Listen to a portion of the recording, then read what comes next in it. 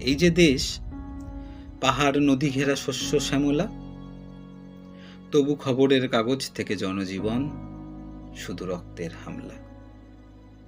ইতিহাস জুড়ে আজও নেতাজি, ভগৎ সিং আর ক্ষুদিরাম, তবু গোটা মানচিত্রে আজ হিংসা, রাজনীতি আর ভোটের জয়গান। সোনার মেয়ে হিমা দাস দেশকে এনে দেয় সোনা, এদিকে প্রতিদিন ধর্ষিতা কিশোরীদের লাশ চলছে গণনা।